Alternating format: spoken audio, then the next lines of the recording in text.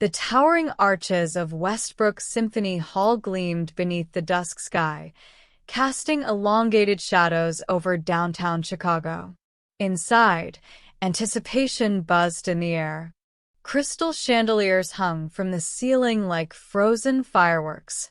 The velvet seats were being filled with patrons in gowns and tuxedos, all there to witness the great Elliott Grant perform.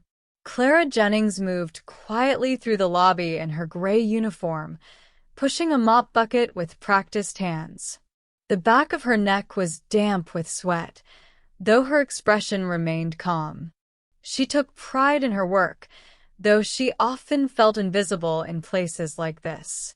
She wiped smudges from the glass doors, then paused near the edge of the auditorium.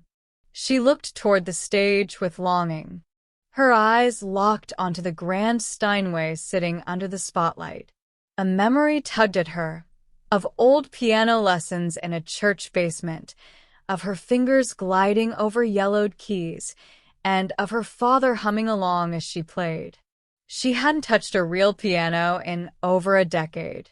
Clara, backstage. "Maestro Grant doesn't like to be disturbed," barked Mr. Reiner from across the room. "Yes, sir," she replied.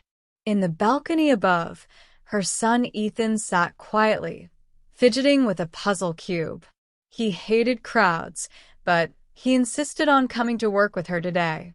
It was rare she could afford a sitter. Her eyes met his for a second, and he gave her a small wave. A few minutes later, Elliott Grant arrived through the stage entrance, surrounded by a few assistants and his daughter, Rachel. He didn't notice Clara, nor did he see how she paused behind the curtain just to listen to his fingers warm up. An hour later, Elliott was fine-tuning his posture at the piano. The house lights dimmed, and a hush fell over the hall. Backstage, Clara passed near the piano during final setup. The crew had stepped away, and the room was briefly quiet. The Steinway seemed to beckon. She couldn't resist. Just a touch, she told herself. She sat at the edge of the bench, fingers barely grazing the keys. Her heart pounded in her chest. She played the intro to Debussy's Clair de Lune, soft and slow, a lullaby for the hall. It came from somewhere deep within her. "What do you think you're doing?"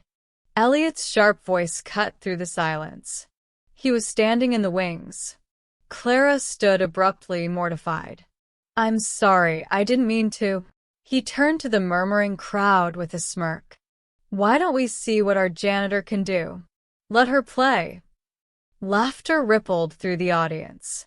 Clara felt exposed. But then she glanced up at the balcony. Ethan was watching. His hands were clenched tight in his lap. He had never seen her perform. She had never dared. Her breath caught. Her father's voice echoed in her memory. "Music doesn't come from fingers, Clara. It comes from the life you survive." She stepped back toward the bench. The auditorium held its breath. Clara closed her eyes. Her hands hovered above the keys. For a moment, the noise in her head went still. Then, with a calm born of buried dreams, she began to play.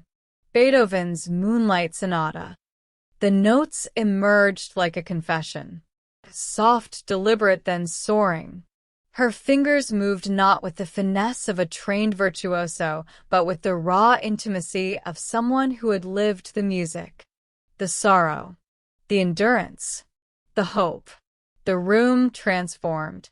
Eyes that had rolled moments ago now watched with astonishment. Rachel's phone, which had been live-streaming her father's performance prep, was now capturing Clara's every note. When the final chord faded, silence returned.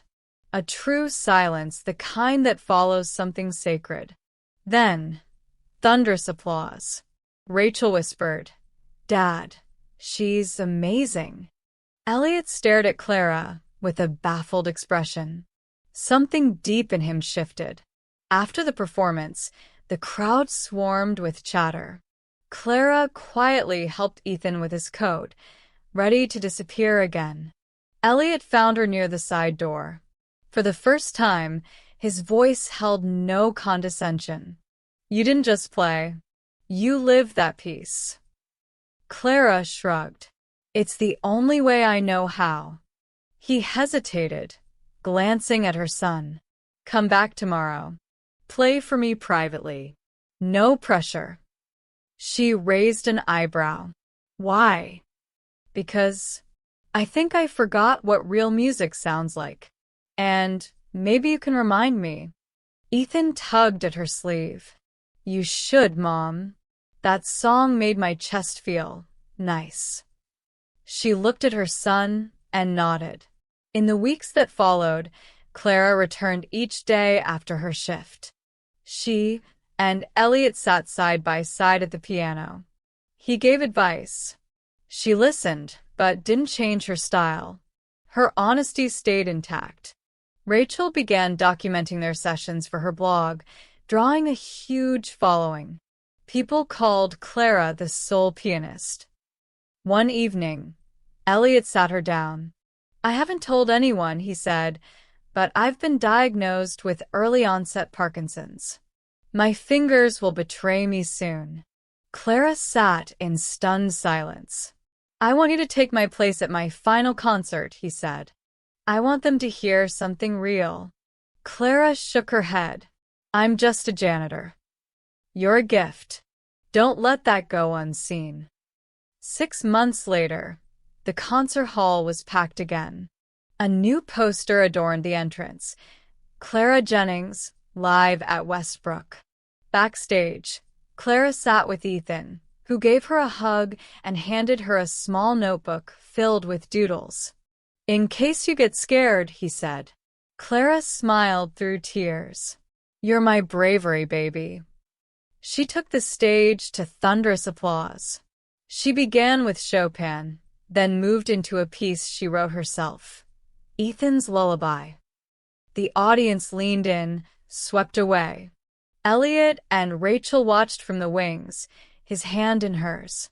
For the first time, Elliot cried during a performance that wasn't his own. When the final note faded, Clara stood.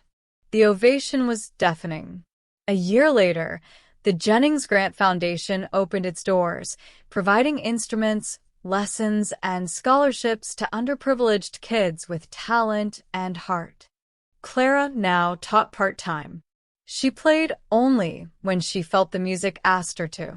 Elliot became a mentor, humbled and fulfilled.